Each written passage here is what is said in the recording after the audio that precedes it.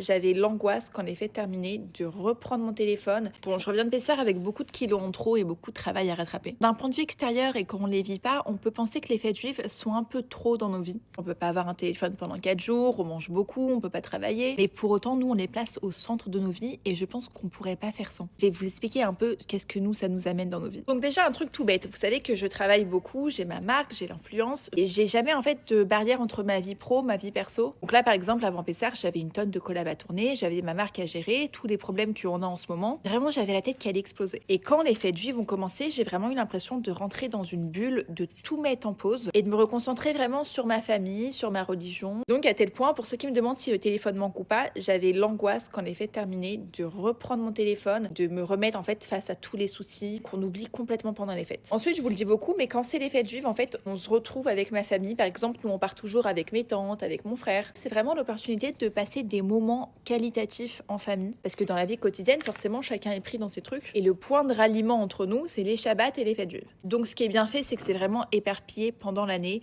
et que pour nous, c'est nos points de repère.